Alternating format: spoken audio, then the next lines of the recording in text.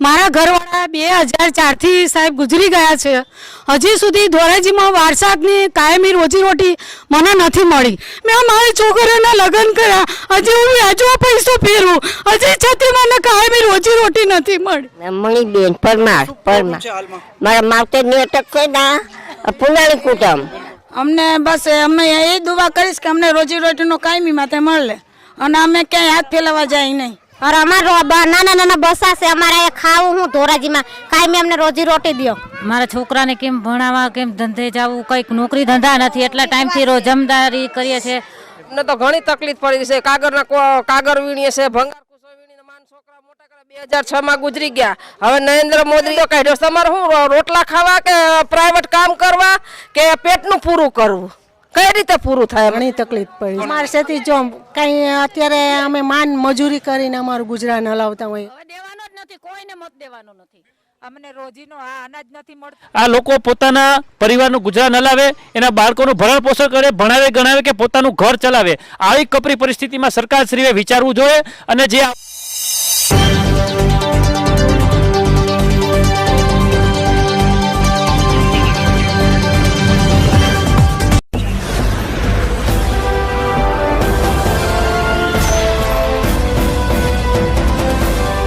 ધોરાજી શહેરમાં છું ને અહીંયા જે લોકોની આમ જે જનતા છે એમની શું પ્રોબ્લેમ છે એ તમને જણાવશે. બેન, સૌથી પહેલા તમારું નામ જણાવો. કોકિલાબેન સુરેશભાઈ પરમાર. મારા ઘરવાળા 2004 થી સાહેબ ગુજરી ગયા છે. હજી સુધી ધોરાજીમાં વારસાની કાયમી રોજીરોટી મને નથી મળી. મેં મારા બચ્ચા કેમથી કેમ મોટા કર્યા છે. 5 વર્ષના હતા ત્યારથી મારા ઘરવાળા ગુજરી ગયા છે. છતાં હજી મને મારા ઘરવાળાની કાયમી રોજીરોટી મળી નથી. મેં રેતીના તગારા ઉપાડ્યા છે, ઈંટોના તગારા ભરેલા ઉપાડીને મેં મારા બચ્ચાઓને ભણાય ગણાયા છે. આવી રીતે મેં મહેનત મજૂરી કરી મારા બચ્ચાઓને ભણાય ગણા મોટા કર્યા. છતાં એની ધોરાજીની સરકારે મારા ઘરવાળાની હજી કાયમી રોજીરોટી મેળવી નથી સાહેબ. કેમથી કેમ મેં મારા બચ્ચાઓને ભણાય ગણા. મારી 2 છોકરીઓના લગ્ન આમથી આમ વ્યાજવા પૈસો લઈને મેં મારી છોકરીઓના લગ્ન કર્યા, હજી હું વ્યાજવા પૈસો ફેરવું, હજી છતાં મને કાયમી રોજીરોટી નથી મળી. જોઈ મોટા નેતાઓ છે, જોઈ શકો કેટલા બેન મતલબ ટેન્શનમાં છે, કેટલા પ્રોબ્લેમ છે. તો પ્લીઝ થઈ શકે એટલો આમ જે જનતા છે દેશની, જે આપણે સમાજ છે એમની, જે નોર્મલ પબ્લિક છે એમની વધારે સહાય કરવાની બિલકુલ જરૂર છે. બા, તમારું નામ શું છે? મણીબેન પરમાર મારા માવતરની અટક છે ને પુનાળી કુટુંબ અને હું પણ મારા ઘરવાળાની અટક પરમાર મણીબેન પરમાર નોકરીમાં હતી તે પરમાર નામ છે. બેન, તમારું નામ જણાવશો? શું નામ છે તમારું? મારું મીના રજની સોલંકી. હાલમાં અત્યારમાં શું પ્રોબ્લેમ છે? અમને બસ અમે એ દુઆ કરીશ કે અમને રોજીરોટીનો કાયમી માટે મળે અને અમે ક્યાંય હાથ ફેલાવા જાય નહીં. બેન, તમારું નામ? આરતીબેન રમેશભાઈ ઢાકેચા. તમને હાલ શું પ્રોબ્લેમ છે? और અમારો નાના નાના બસા છે અમારે ખાવું હું ધોરાજીમાં કાયમી અમને રોજી રોટી દો. બેન, તમારું નામ જણાવશો જરા? મારું નામ પ્રફુલાબેન મહેશ ઢાકેચા છે. કોરોના વગેરે જે 5-6 મહિનાનો લોકડાઉન રહ્યો એમાં તમને શું શું તકલીફ પડી? હું વિધવા બાઈ છું. મારા છોકરાને કેમ ભણાવવા, કેમ ધંધે જવું, કંઈક નોકરી ધંધા નથી, એટલા ટાઈમથી રોજમદારી કરીએ છીએ. 1 મહિનો ઘરે બેસીને 1 મહિનો રોજમદારી કરી. આમાં અમારું ગુજારણ કેમ ચલાવવું? તો બેન, તમારું નામ જણાવો. જયાબેન ચનાભાઈ ગોહેલ. અત્યારે હાલમાં શું શું તકલીફ પડી રહી છે? અમને તો ઘણી તકલીફ પડી છે. કાગર વીણીએ છે, ભંગાર કુસો વીણીને માન છોકરા મોટા કર્યા. 2006 માં ગુજરી ગયા. હવે નરેન્દ્ર મોદી એવી યોજના કાઢી કે 2017 થી મેળવે એને નોકરી મળે. તો 2006 માં મરી ગયો, ચાલુ નોકરી ફરજ બજાવતા એનું શું સમજવું? અમારે સુધરાઈમાં આવો કાયદો કાઢ્યો. તમારે શું રોટલા ખાવા કે પ્રાઇવેટ કામ કરવા કે પેટનું પૂરું કરવું? કઈ રીતે પૂરું થાય અમારું પોઝિશન? જોઈ શકો છો તમે કે કેટલા પ્રોબ્લેમ છે અહીંના લોકોને શું શું તકલીફ પડી રહી છે. તમે પ્લીઝ આ તકલીફ તરફ ધ્યાન આપો. આવી યોજના કાઢી કે 2006 માંથી 2006 ના મરી ગયા ને એ બાકાત કરો, 2017 માં લાગુ પડાવે ને એને નોકરી દો. તો હવે બીજા ચાલુ નોકરી મરી ગયા એનું સમજવું? તમે કેને રજૂઆત કરવા જાય? સુધરામાં તો એમ જ કહે છે કે 2017 થી મરી ગયા એને લાવો. તો અમારી પાસે એવા કાગળ એમથી 2006 માં મરી ગયા મારા ઘરવાળા ચાલુ નોકરીએ તો પરિપત્ર કર્યો. હવે આવો નિયમ કર્યો તો અમે શું કરીએ? રાંડીબાઈ માણા મારા છોકરા નાના 2006 માં મરી ગયા. મારા ઘરવાળા નાની ઉંમરમાં મારા છોકરા મરી ગયા હતા નાના બે. જે સરકાર શ્રી આ વિડીયો જોતો હો તો પ્લીઝ આ લોકોનો તમે સપોર્ટ કરો. પ્લીઝ તમને હાથ જોડીને વિનંતી સરકાર શ્રીથી આ લોકોનો પ્લીઝ સપોર્ટ કરો. બેન, તમારું નામ જણાવો. લક્ષ્મીબેન કિશોરભાઈ ચૌહાણ. તમને અત્યારે હાલમાં લોકડાઉન લાગ્યો એના પછી તમને શું શું તકલીફ પડી રહી છે? ઘણી તકલીફ પડી. અમારે સેથી જો કંઈ અત્યારે અમે માન મજૂરી કરીને અમારું ગુજરાન હલાવતા હોઈએ. મારા ઘરવાળા 2010માં ગુજરી ગયા. એની બદલીમાં અમને કોઈ સહાય નથી, કોઈ કાંઈ નહીં. અમને સેથી બીજું કાંઈ નહીં, અમારા ઘરવાળાની નોકરી અમને મળવી જોઈએ. અમારે એ વિનંતી, વારસા આખું મળવું જોઈએ. 2017માંથી આને લાગુ કર્યું સરકારે, તો અમારે ક્યાં જવું? તો જોયું તમે દર્શકો, હવે જે નેક્સ્ટ ટાઈમ 5 વર્ષ પૂરા થશે પછી મત લેવા આવે તો તમારો શું અભિપ્રાય છે? હવે દેવાનો જ નથી, કોઈને મત દેવાનો નથી, બિલકુલ દેવો જ નથી. પછી જ મત દેવાનો, એ સિવાય અમે કોઈને મત આપીશું જ નહીં. ચાલુ નોકરીઓ મળ્યા છે તો અમને કોઈ ચાન્સ નથી દેતા નોકરીના. અમારા આમાં કાગળ પતરા વીણીને અમારા પેટ ગુજારણ કરી છે. જીતી જાય પછી અમારો ભાવે નથી પૂછતા તમે ક્યાં છો, શું કરો છો, કઈ જગ્યાએ ફરો છો. આ મત લઈ લે, જીતી જાય પછી અમે ક્યાં ફરે છીએ અમને ભાન નથી. ધરાઈ જાય એટલે પૂરું થઈ ગયું બસ. તો જોઈ શકો છો દર્શકો તમે જનતાનો આક્રોશ, આ લોકો કેટલા પ્રોબ્લેમમાં છે. પહેલા લોકડાઉન, પછી કોરોના જેવી ભયાનક બીમારી, પછી માસ્કના નામે વેપાર, આ બધી મતલબ જે ગવર્મેન્ટની જે લૂંટપાટ ચાલી રહી છે સરે આમ જનતા સાથે છે. જમનાબેન, તમને શું શું પ્રોબ્લેમ છે અત્યારે હાલમાં? બધી તકલીફ છે સાહેબ. જો કેવી મોંઘવારી કેવી છે, અમારે કઈ રીતના અમારા બચાવને નભાવવા. અમને રોજીનો અનાજ નથી મળતું, અમને પૂરા પગાર નથી. કોઈ ગવર્મેન્ટના નામે ઘણી બધી સહાય આવે છે, આમાંથી તમને કોઈ સહાયનો મતલબ? અમને એમ કે તમારું કૂપન ફેલ થઈ ગયા છે. લ્યો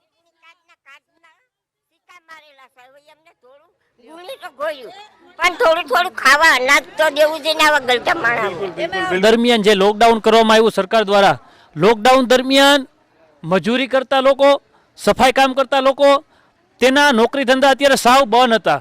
છેલ્લા લગભગ મારા ખ્યાલથી મહિના કે 2 મહિનાથી માન મજૂરી ચાલુ થઈ છે. ત્યારે 100 કે 150 રૂપિયાના પર ડેમાં કામ કરીને આ લોકો પોતાના પરિવારનું ગુજરાન હલાવે, એના બાળકોનું ભરણ પોષણ કરે, ભણાવે ગણાવે કે પોતાનું ઘર ચલાવે. આવી કપરી પરિસ્થિતિમાં સરકારશ્રીએ વિચારવું જોઈએ. અને જે આ વર્ષોથી, જે હું સફાઈ કામદારની પહેલાં વાત કરીશ, વર્ષોથી જે સફાઈ કામદારો મારા ખ્યાલથી 80 થી 85ની સાલમાં અમારા ધોરાજીની અંદર 200 થી 250ની આસપાસ નગરપાલિકામાં સફાઈ કામદારો કાયમી તરીકે હતા. ત્યારે આજે ધોરાજીની વસ્તી 1 થી 1.5 લાખની આસપાસ વસ્તી છે, વિસ્તારે વધ્યો છે.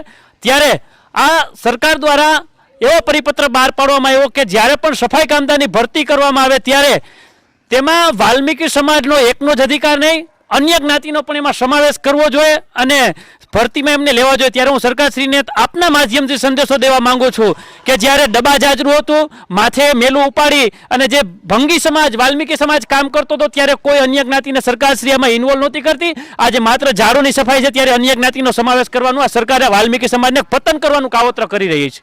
તો સરકારશ્રી આ વિડીયો જોતા હો તો પ્લીઝ આ વ્યક્તિ જે તમે, હું પોતે ભલે મારો જે સમાજ છે, જ્યાં સમાજથી હું બિલોંગ કરું છું, મને કંઈ ફેર નહીં પડતો. બટ મારું કેવું એટલું છે, તમે લોકો જે લોકોને માનો છો એ નાના લોકો છે. મને પહેલાં તો આ બતાવો કે આ લોકોના ઘરમાં બી ગણેશજી, લક્ષ્મીજી, જે ભગવાન તમે લોકો મોટા લોકો માનો છો, એ જ ભગવાનની મૂર્તિઓ એ પણ પૂજા કરે છે. તો તમારામાં એમાં શું ફેર છે? પછી તે માટે તમે આને અલગ કરો છો. જાતિવાદના નામે તમે પોતાનો પાપડ શેકવો છો.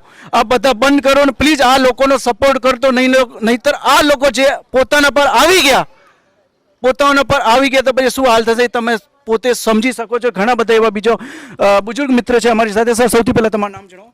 ધનજીભાઈ પરમાર. ધનજીભાઈ, અત્યારે લોકડાઉન, કોરોના, આ જે ભયાનક મહામારી 6 મહિના માર્કેટ બંધ રહ્યું, તો તમને શું પ્રોબ્લેમ પડી? ધોરાજી નગરપાલિકામાં 1980 થી લઈને 82 સુધી ધોરાજી નગરપાલિકામાં સફાઈ કામદારની નોકરીઓ 225 હતી. આજે 25 પણ નોકરી નથી. કારણ કે જે માણસ ચાલુ ફરજ દરમિયાન મૃત્યુ પામે એવો સરકારનો આદેશ તો છે, પણ ધોરાજી નગરપાલિકા આજ દિવસ સુધી એનો અમલ કર્યો નથી. ને જ્યારે સફાઈ કામદારનો જગ્યા ખાલી થાય ત્યારે અન્ય લોકોને સેટેપ જાળવવા માટે એ જગ્યા માટે સેટેપ જળવાઈ રહીએ, પણ સફાઈ કામદારની ભરતી થતી નથી. થોડીક થઈ હતી ભરતી 1996માં, એ પહેલાં પણ થઈ હતી. એ માંડ 15 કે 20 નોકરીઓ થઈ હતી. આજે નોકરીઓને બાને, સફાઈ કામદારની નોકરીઓને બાને મીંડું છે.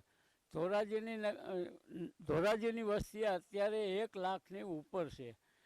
ધોરાજીના એરિયા વધ્યા છે, ધોરાજીની સિટી વધી છે, બરાબર છે, ધોરાજીનો વિકાસ પણ થઈ ગયો છે, પણ ધોરાજી નગરપાલિકામાં સફાઈને બાને સાવ મીંડું છે. સમજ્યા? ધોરાજી આપણે હમણાં ડિસેમ્બરની અંદર મેં સાંભળ્યું કે ધોરાજી નગરપાલિકાનું જનરલ બોર્ડ ભરાણું, તેમાં આપણે 2017થી જે કર્મચારી ચાલુ ફરજ દરમિયાન ઓફ થયા હોય એના વારસદારને અત્યારે અમારા આખા સમાજમાંથી એક જ નોકરી મળી છે એને. તો 1917થી શું કામે?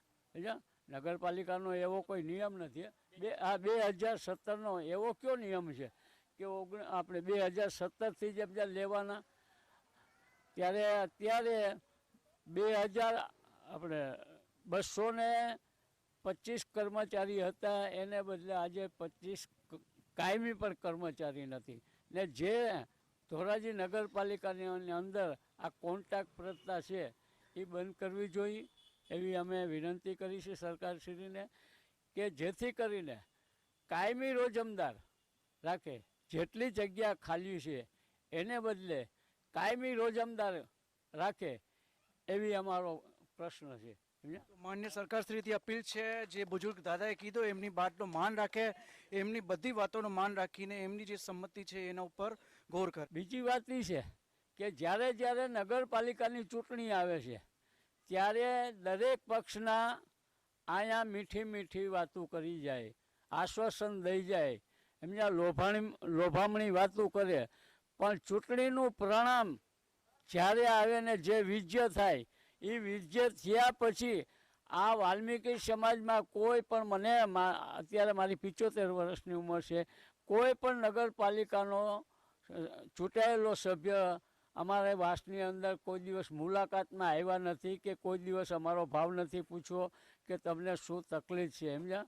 આ જ્યારે ચૂંટણી આવે ત્યારે જે માંગવા જ આવે છે, દેવા તો કોઈ દી આવ્યા જ નથી.